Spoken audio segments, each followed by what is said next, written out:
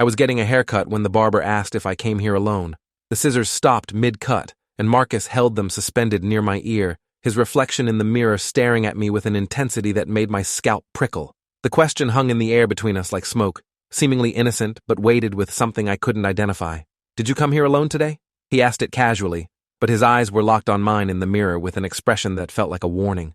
I'd walked into Precision Cuts 15 minutes earlier, desperate for a trim before my sister's wedding tomorrow. My regular barber booked solid, and this place the only shop with availability on a Saturday afternoon. "Yeah, just me," I answered, trying to keep my voice light, despite the sudden tension knotting my shoulders. Marcus nodded slowly and resumed cutting, but his movements had changed. Where before he'd been efficient and professional, now every snip felt deliberate, measured, like he was buying time. The barbershop was empty except for us, the other 2 chairs vacant and the waiting area deserted. A bell above the door would announce anyone entering, and I found myself hyper-aware of that potential sound. The fluorescent lights hummed overhead and classic rock played softly from speakers I couldn't see, normalcy wrapping around something that felt increasingly abnormal. Marcus was maybe 50, with graying hair and forearms covered in faded tattoos that suggested a past more interesting than cutting hair in a strip mall. He'd been friendly when I'd first sat down, asking about my day and making standard small talk about the weather and weekend plans, but that question, "Did you come here alone?" had shifted everything. Now he worked in near silence, occasionally glancing toward the front windows like he was expecting someone or checking if anyone was watching. I told myself I was being paranoid, that it was just a question, but my instincts screamed that something was wrong. My phone buzzed in my pocket and Marcus's eyes flicked to it immediately. "You can check that if you need to," he said, but something in his tone suggested I shouldn't. I ignored the buzz and kept my hands visible on the armrests, suddenly aware of how vulnerable I was sitting in this chair, with a sharp object near my head and a stranger behind me. Marcus caught my eyes in the mirror again, and this time, he held the gaze for 3 full seconds before speaking. "How long have you lived in the area?" The question felt like a test, like my answer would determine something important. "About 6 years," I said truthfully. "Moved here for work, stayed for the cost of living." Marcus nodded and made a small sound of acknowledgement, then asked what I did for work. "I'm an accountant," I told him, wondering why any of this mattered for a haircut. "Corporate taxes, mostly." Marcus's reflection smiled, but it didn't reach his eyes. "That's good. Stable work. You married?" The personal questions were escalating and I felt my heart rate increase. "No, I'm single. My sister's getting married tomorrow, that's why I needed the haircut." Marcus stopped cutting again, and this time he set the scissors down on the counter. He moved around to face me directly instead of working through the mirror, his body language deliberate and careful. "Listen, I need you to stay calm and keep your voice normal, but I'm going to tell you something important." My mouth went dry and I nodded, not trusting my voice. "There's a man who's been watching this shop for the last 10 minutes. He's parked across the street in a gray sedan, and he's been on his phone since you walked in here." Marcus spoke quietly but clearly, his eyes never leaving mine. "I don't think you came here by chance. I think someone sent you here specifically." The words made no sense, and I started to turn toward the window, but Marcus put a hand on my shoulder. "Don't look. Act natural. I'm going to keep cutting your hair, and you're going to sit still and listen to what I tell you." My chest tightened with fear that was rapidly replacing confusion. Marcus picked up the scissors again and resumed cutting. But now I understood he was creating a performance for whoever was watching. About 3 weeks ago, a young man came in here for a haircut, mid-20s, nervous, kept checking his phone, asked for a specific style, very particular about how he wanted it done. Marcus trimmed around my ears while he talked, his voice low and steady. Halfway through the cut, the kid's phone rang. He answered it, and I could hear yelling on the other end, a man's voice telling him he was being stupid, that he needed to come outside right now. The kid looked terrified and hung up. That's when he asked me the same question I just asked you. Did I come here alone? I told him yes, and he started crying, said he'd made a terrible mistake and didn't know how to get out of it. Marcus paused and met my eyes in the mirror again. 2 days later, his body was found in a parking garage downtown. Gunshot wound to the head, made to look like suicide. My blood turned to ice, and I gripped the armrests hard enough to hurt. "Why are you telling me this?" Marcus continued cutting, his hands steady despite the gravity of what he was saying. "Because when you walked in today, you had the same look that kid had. Nervous, checking over your shoulder, desperate for a haircut at the last minute. And because that gray sedan outside has been circling this block for the past hour, I watched it pass 6 times before you arrived. Then you walked in and it parked. That's not coincidence." I forced myself to breathe normally, to not react visibly to the terror flooding my system. "I don't know anyone who drives a gray sedan." Marcus shaped the back of my neck with clippers, the vibration oddly grounding against my panic. "Maybe you do, and you don't know it. Maybe someone's tracking you for reasons you're not aware of yet. Or maybe you're in some kind of situation you haven't fully recognized as dangerous." He turned off the clippers and picked up the scissors again. "I'm going to ask you some questions, and I need honest answers. Have you noticed anyone following you recently? Strange phone calls? People asking about your schedule or routine?" I thought back over the past few weeks and my stomach dropped as memories clicked into place with new significance. There had been a coworker who'd been unusually interested in my weekend plans, asking multiple times about my sister's wedding and where it would be held. A wrong number call to my cell phone where the person had stayed on the line silently for 30 seconds before hanging up. A car I'd seen parked outside my apartment building 3 nights in a row that I'd dismissed as belonging to a new resident. And 2 days ago, someone had tried to break into my car in the office parking garage, failing to get in but leaving scratches around the door handle. I'd reported it to building security, but hadn't connected it to anything larger. I told Marcus all of this and watched his jaw tighten. "You're in danger," he said flatly. "I don't know the specifics, but that pattern is surveillance. Someone's been watching you, learning your routine, waiting for the right opportunity. Coming here today, alone, was exactly what they wanted." My hands started shaking, and I pressed them against my thighs. "What do I do?" Marcus glanced toward the window again, his expression grim. "That sedan hasn't moved. Whoever's in it is waiting for you to leave. If you walk out that door right now and get in your car, I think something bad is going to happen to you." The barbershop felt like it was closing in around me, the cheerful normalcy of it at odds with the nightmare Marcus was describing. "Why are you helping me? I don't even know you." Marcus met my eyes in the mirror, and something painful flashed across his face. "Because I didn't help that kid 3 weeks ago. I cut his hair, watched him leave terrified, and told myself it wasn't my business. Then I saw his face on the news and knew I could have done something. I'm not making that mistake twice." He set down the scissors and pulled out his phone. "I'm going to call someone I know, a detective who worked that kid's case. You're going to talk to him and tell him everything you just told me." Before I could respond, the bell above the door chimed, and both Marcus and I froze. A man walked in, maybe 40, wearing a business suit that looked expensive. He had the kind of face that was handsome but forgettable, the type you'd never pick out of a lineup. He smiled at us, the expression pleasant and empty. "Sorry to interrupt, just wondering if you have time for a quick trim?" Marcus's entire demeanor shifted, becoming aggressively cheerful. "We're all booked up today, sir, but I can get you in tomorrow morning if that works." The man's smile didn't change, but his eyes moved to me, assessing in a way that made my skin crawl. "That's all right. I'll find somewhere else." He left as quickly as he'd entered, the bell chiming his departure. Marcus immediately moved to the door and locked it, flipping the open sign to closed. That was a test. He was checking to see if you were really alone in here, if I'd called anyone, if there was any indication you'd recognize the danger. I stood up from the chair, my legs unsteady. My haircut was half finished, one side longer than the other, but that seemed spectacularly unimportant now. "We need to get you out of here without being seen. There's a back door that leads to the alley. My car is parked behind the building. I'm going to take you somewhere safe." I followed Marcus through the back of the shop, past storage rooms filled with hair products and cleaning supplies. The back door opened into an alley that smelled like garbage and stale water, dumpsters lining the cracked asphalt. Marcus's car was an old truck with rust along the wheel wells, parked facing the alley's exit. He unlocked it, and I climbed into the passenger seat, my heart hammering so hard I could feel it in my throat. Marcus started the engine and pulled out slowly, checking both directions before turning away from the street where the gray sedan waited. "I'm taking you to the police station downtown," he said. "You're going to file a report, and they're going to put you in protective custody until they figure out what's going on." The drive took 15 minutes through Saturday afternoon traffic, Marcus constantly checking his mirrors for signs of pursuit. I called my sister from his phone, my own cell suddenly feeling like a tracking device I couldn't trust. I told her I'd had a car problem and would explain later that I might miss the rehearsal dinner tonight but would be at the wedding tomorrow no matter what. She was confused and irritated, but agreed to cover for me with our parents. I hung up and stared out the window at normal people doing normal weekend activities, grocery shopping and walking dogs and washing cars, all of them unaware that someone was trying to hurt me for reasons I couldn't begin to understand. The police station was a concrete fortress of bureaucracy and fluorescent lighting. Marcus walked in with me and asked immediately for Detective Lawrence Campos, the investigator who'd worked the case of the dead kid from 3 weeks ago. We waited in the hard plastic chairs for 20 minutes before Campos appeared, a heavy-set man in his 50s with tired eyes and coffee stains on his shirt.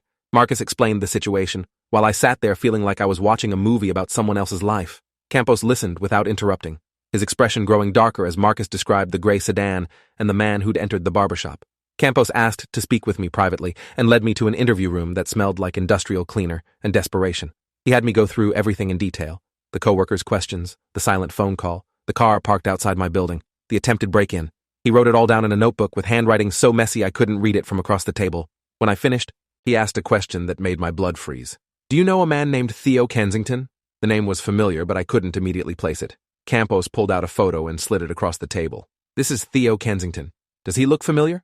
The photo showed a young man, maybe 26, with dark hair and a nervous smile. He was the kid Marcus had mentioned, the one who'd been found dead in the parking garage.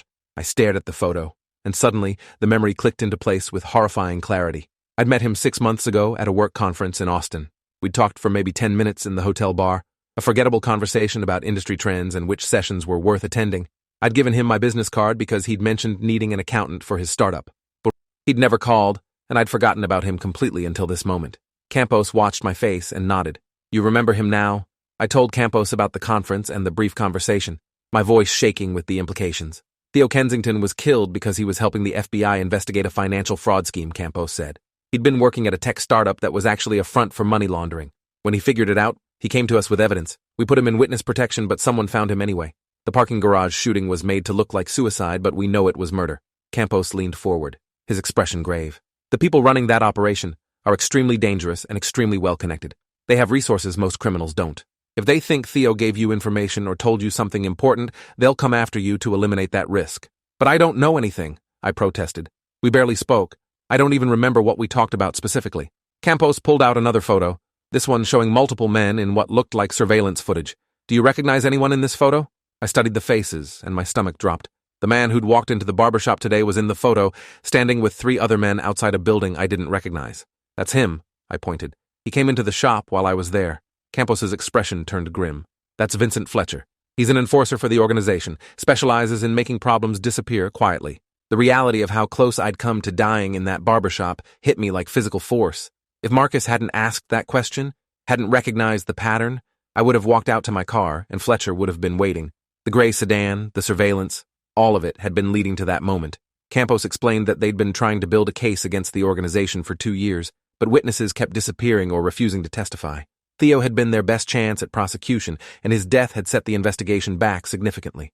Now Fletcher had apparently decided I was another loose end that needed cutting, even though I had no actual information to threaten them with. Campos made some calls, and within an hour, I was being transferred to a safe house in a suburb I'd never heard of. 2 federal agents drove me there in an unmarked car, both of them armed and silent. The safe house was a bland ranch-style home that could have belonged to anyone, furnished with generic furniture and stocked with frozen meals. The agents explained I'd be staying here until they determined the extent of the threat and whether protective custody was necessary long-term. They gave me a prepaid phone with only emergency numbers programmed in and told me not to contact anyone from my previous life without clearing it through them first. I spent the first night in the safe house unable to sleep, lying on an uncomfortable bed in a strange room and trying to process how my life had imploded in a single afternoon. I'd gone to get a haircut and ended up a target for a criminal organization because I'd once had a 10-minute conversation with someone who'd later become a whistleblower. The randomness of it was almost worse than if I'd done something to deserve it. I was collateral damage in someone else's criminal enterprise. My life upended because I'd been polite to a stranger at a conference. The next morning, Sunday, was my sister's wedding day. I called her from the prepaid phone and tried to explain why I wouldn't be there without revealing the full horror of what was happening.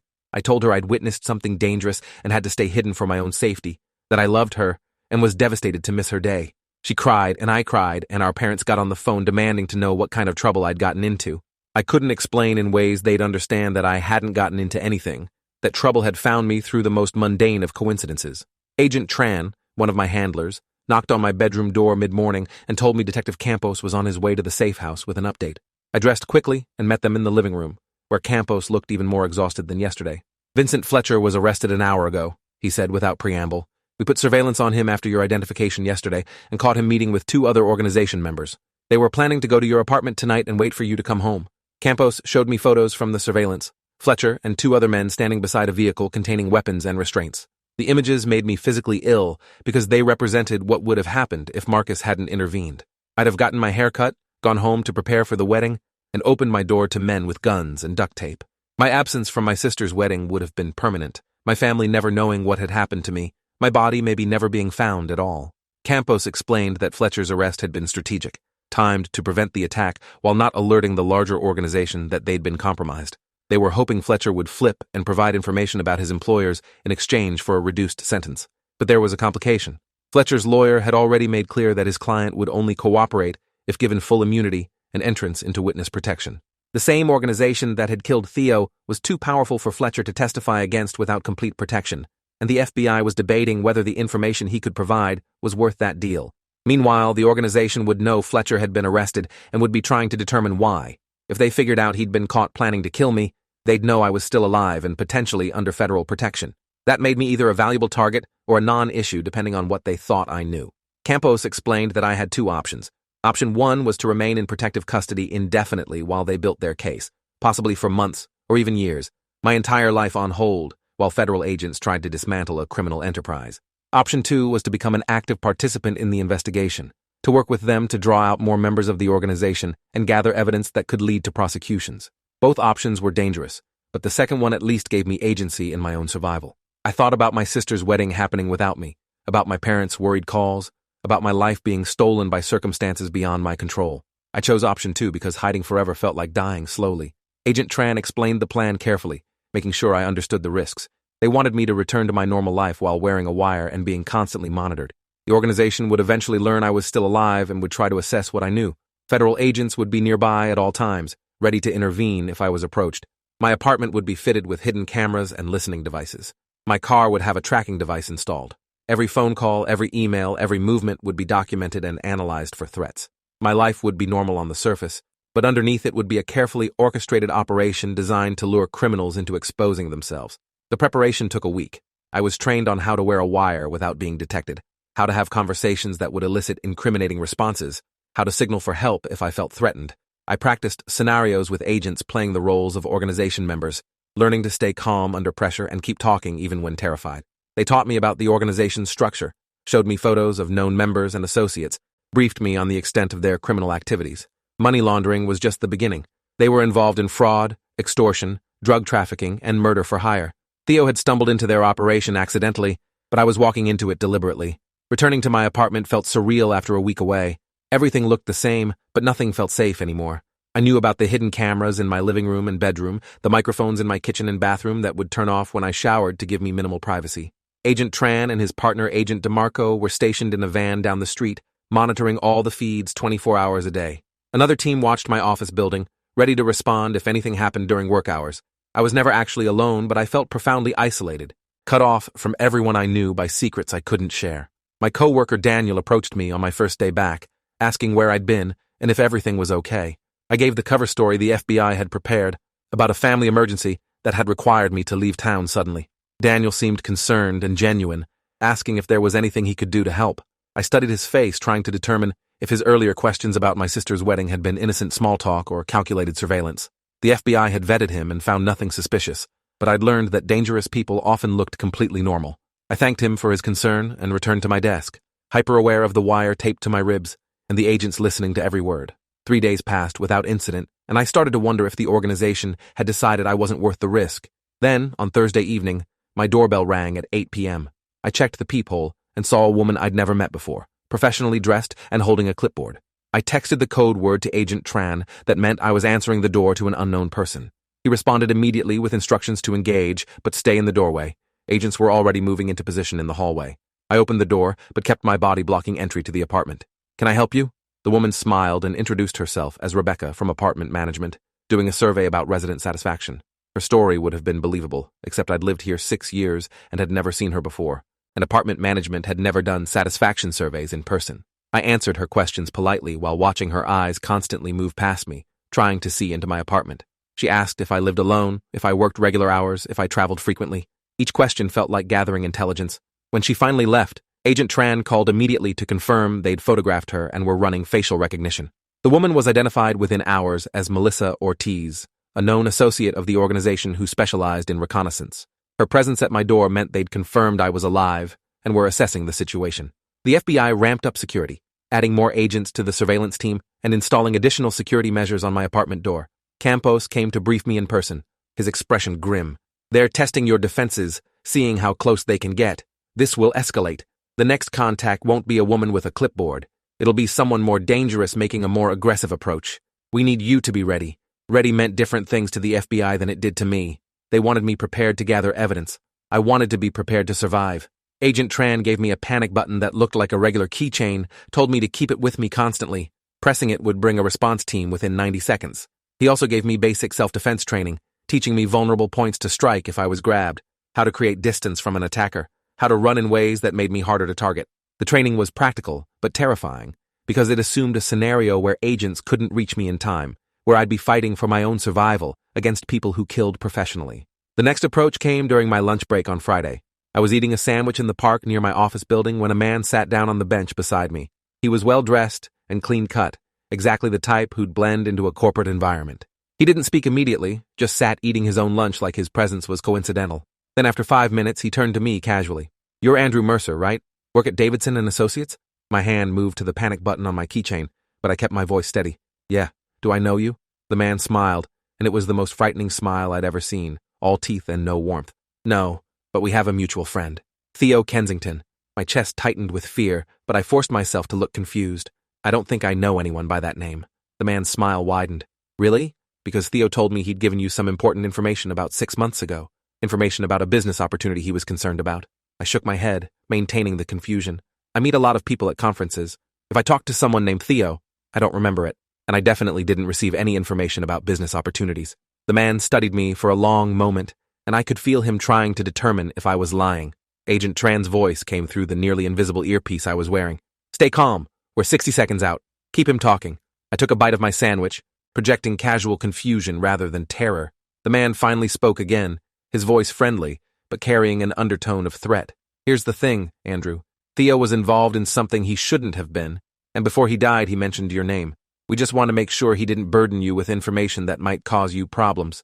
I can be very helpful to people who cooperate with me." I set down my sandwich and faced him directly. "I genuinely don't know what you're talking about. I might have met someone named Theo at a conference.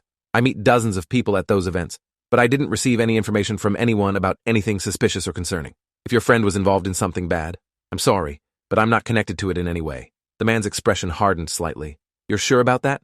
Because the people I work with are very thorough. If you're lying to me now, it will be much worse for you later than if you just tell me the truth now." The threat was barely veiled, and I felt my pulse racing. "I'm not lying. I'm an accountant. I go to work. I file taxes. I live a boring life. Whatever you think I know, you're wrong." Agent Tran's voice came through again. 30 seconds. We need him to make a more explicit threat or mention the organization. Push him a little." I forced myself to lean forward slightly, projecting frustration rather than fear. "Look, I don't know who you are or why you think I'm involved in whatever this is about, but you need to leave me alone. I don't have information about anything, and I don't want to be harassed during my lunch break." The man's friendly facade dropped completely. "You should be very careful about who you tell to leave you alone. My colleagues aren't as patient as I am. If Theo told you anything at all, anything about accounts or transactions or people he was concerned about, you need to tell me now. This is your last chance to avoid serious problems." Before I could respond, 3 federal agents appeared from different directions, moving fast and purposeful. The man saw them and stood immediately, hands up in a gesture of innocence. "Is there a problem, officers?" Agent DeMarco flashed his badge and told the man to put his hands behind his head. The man complied, but his eyes never left mine, promising retribution for this interference. They arrested him right there in the park, cuffing him while reading his rights. I sat on the bench shaking, my sandwich forgotten, watching them lead him to an unmarked car. Agent Tran came over and told me I'd done well, that the wire had captured everything including direct threats that could be used as evidence. The man's name was David Cross, a mid-level enforcer for the organization who'd apparently been sent to assess whether I actually had information worth killing me for. His threats had been clear enough to charge him with intimidation and conspiracy, and the FBI was hoping he'd follow Fletcher's lead and flip on his employers rather than face decades in prison. But Cross's arrest meant the organization now knew I was under federal protection. They'd tested my defenses twice, and both times had encountered immediate law enforcement response. That would make them more cautious, but also more determined if they decided I remained a threat. Campos called an emergency meeting at the safe house that evening to discuss next steps. The investigation had gathered significant evidence from Fletcher and Cross's arrests, but the leadership remained untouchable. Both men were small fish protecting bigger fish, and neither would testify without guarantees that were difficult to provide. Campos explained that they were considering a more aggressive strategy. Instead of waiting for the organization to come after me, they wanted to use me as bait in a controlled operation designed to draw out leadership. They'd set up a scenario where I appeared to be trying to sell information Theo had supposedly given me, information valuable enough to require senior organization members to respond. It was dangerous and depended on perfect execution, but it could provide the evidence needed to dismantle the entire operation.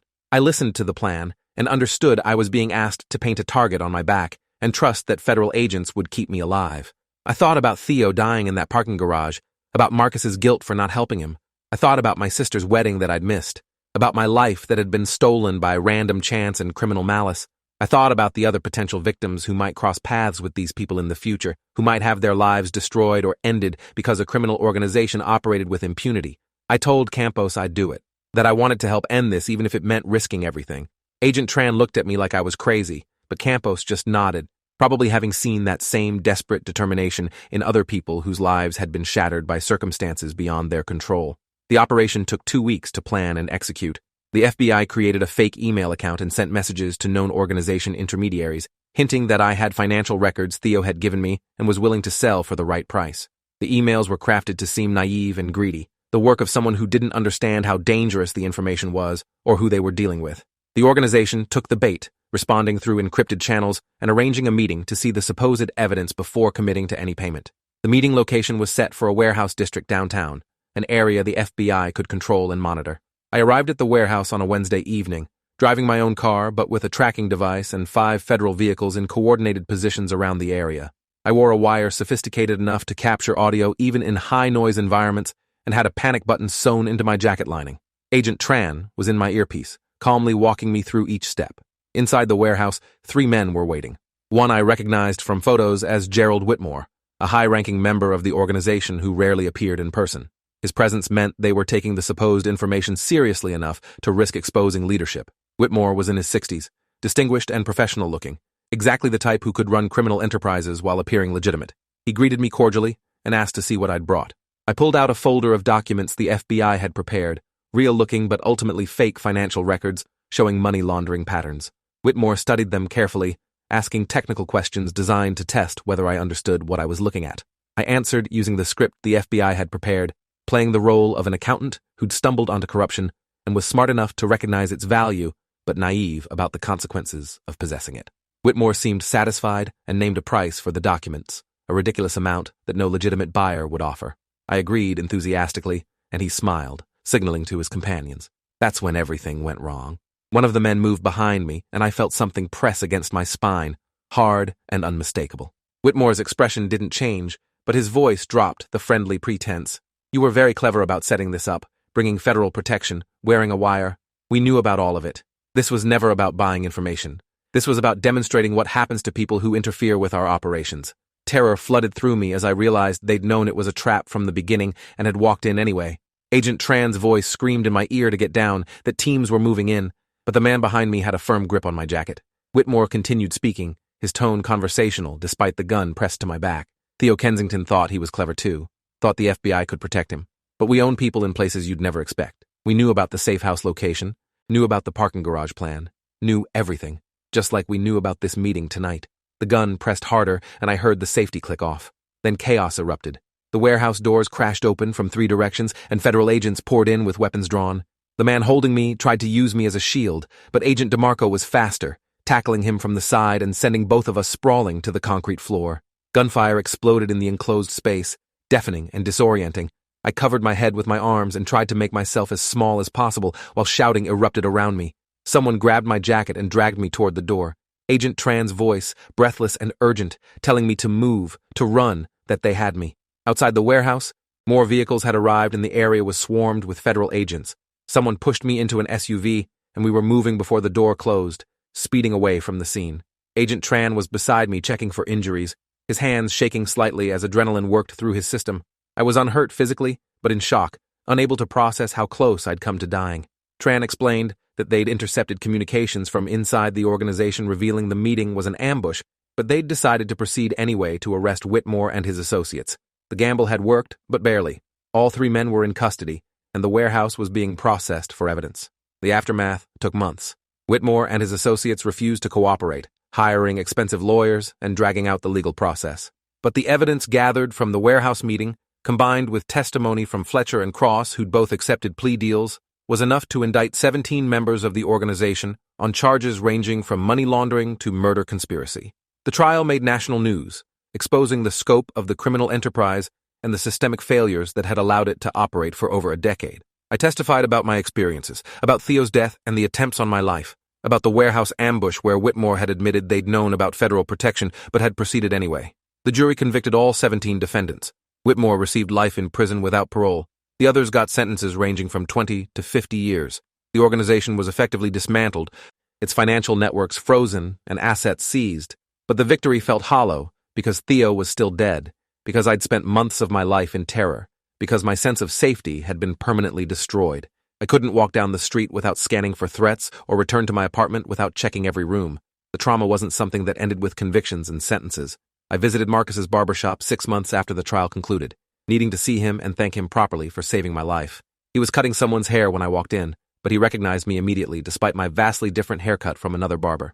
When his customer left, we talked for over an hour about everything that had happened, about Theo and the investigation and the trial. Marcus said he'd followed the news coverage closely, had felt some measure of redemption knowing his intervention had led to the organization's destruction. He'd started training other barbers and service workers to recognize signs of danger, turning his guilt about Theo into action that might save others.